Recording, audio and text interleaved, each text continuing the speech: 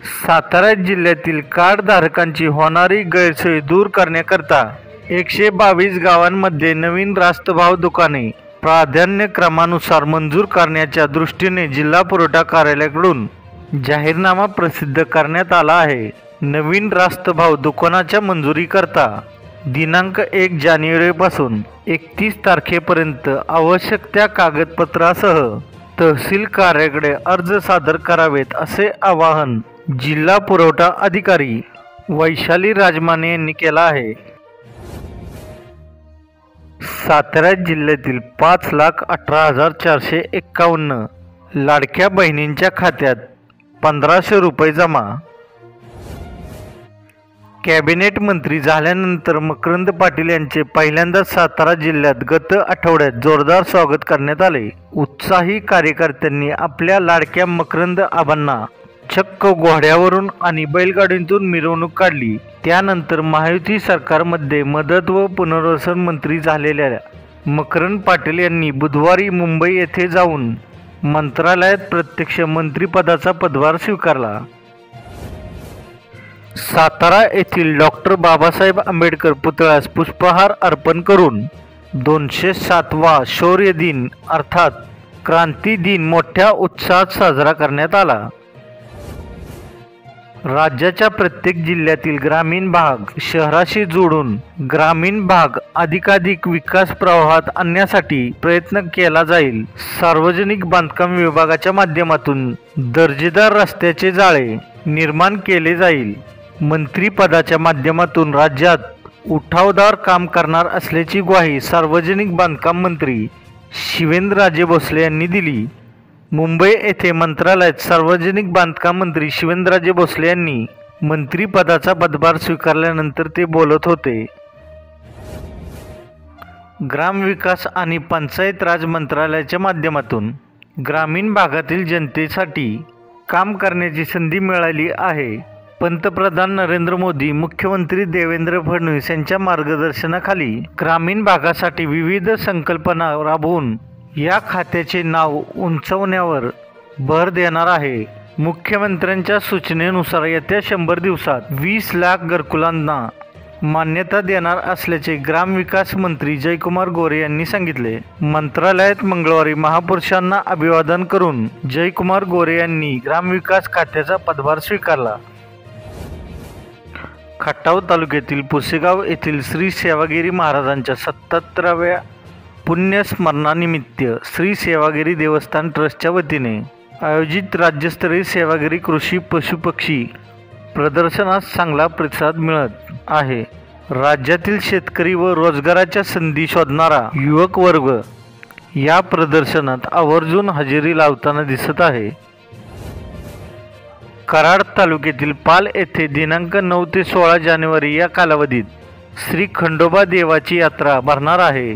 या यात्रेसाठी राज्यातून व शेजारील राज्यातून मोठ्या प्रमाणात भाविक दर्शनासाठी येत असल्यामुळे पाल गावात व उमरस शहरात मोठ्या प्रमाणात वाहतुकीची कोंडी होत असते।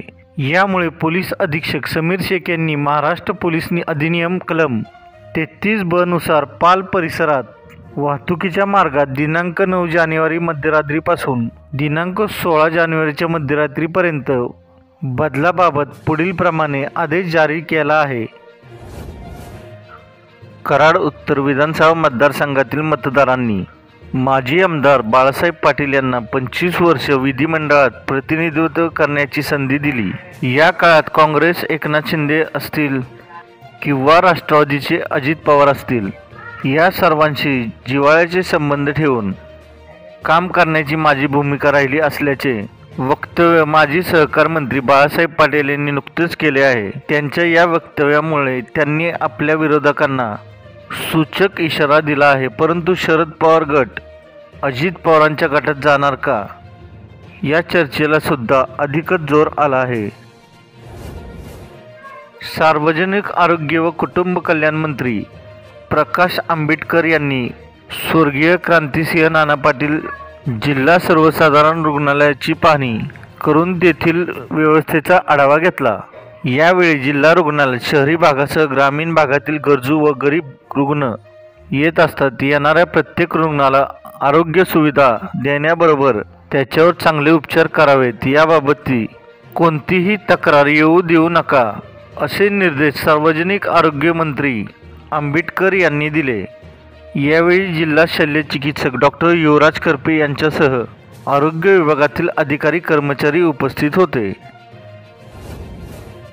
वरकुटे मलवडी तालुका मान येथील काँग्रेसचे सरचिटणीस रणजितसिंह भैया देशमुख यांचे खंदे समर्थक व मान तालुका काँग्रेसचे उपाध्यक्ष देवानंद जगताप हे सध्या काँग्रेस कार्यकारिणीवर नाराज असल्याचे पाहायला मिळत आहे। लोकसभेच्या निवडणुकीत वरकुटे मलवडी व पंचकृषीतून वाढते मतदान झाले होते, त्यात त्यांनी मान तालुका पिंजून काढला होता। कसल्याही परिस्थितीत खासदार धैर्यशील मोहिते पाटील हे निवडून आले पाहिजेत यासाठी त्यांनी प्रयत्न केले होते। तेच देवानंद जगताप हे काँग्रेसला सोडचिठ्ठी देण्याच्या तयारीत आहेत। गोपूस तालुका खटाव येथील युवकाच्या डोक्यात दगड घालून खून करणाऱ्या दोघा आरोपींना पोलिसांनी 6 तासात वेगवान कारवाई करून अटक केली। रोहन मल्हारी मधने व गुरुराज दत्तात्रय मधने राहणार खरशिंगे तालुका खटाव अशी अटक केलेल्या संशयित आरोपींची नावे आहेत। 21 डिसेंबर 2024 रोजी दुपारी 12:30 वाजण्याच्या दरम्यान या दोघांनी रामदास अशोक दंडवते राहणार औंध तालुका खटाव याला दारूच्या नशेत असताना डोक्यात दगड घालून मारून ठार केले। त्यानंतर त्यांनी तेथून पोबारा केला होता। औंध पोलीस ठाण्यात याबाबत गुन्हा नोंद करण्यात आला होता। जयपूर तालुका कोरेगाव येथे नव्याने उभारण्यात आलेल्या शिवनेरी शुगर्स लिमिटेड हा साखर कारखाना यावर्षी पूर्ण क्षमतेने आपल्या पहिला गळीत हंगाम घेत असून दिनांक 20 नोव्हेंबर ते 30 नोव्हेंबर 2024 या कालावधीत गळीत केलेल्या ऊसाचे प्रति मेट्रिक टन 3200 रुपये प्रमाणे ऊस बिल संबंधित शेतकऱ्यांच्या बँक खात्यावर जमा केले असल्याची माहिती शिवनेरी शुगर्स चे chairman advocate managing director Sushant Patil यांनी दिली। सातारा जिल्ह्यातील फलटण तालुक्यातील सालपे गावात एक धक्कादायक घटना घडली आहे, ज्यामध्ये घराची वाटणी करण्याबाबतच्या वादातून दोघा नातवांनी त्यांच्या आजोबांचा खून केला आहे। या घटनेत 75 वर्षीय सावता काळे यांचा जागीच मृत्यू झाला। दिलेली माहिती महत्त्वपूर्ण वाटत असेल तर चॅनलला आत्ता सबस्क्राईब करा, व्हिडिओ लाईक व शेअर करा। धन्यवाद।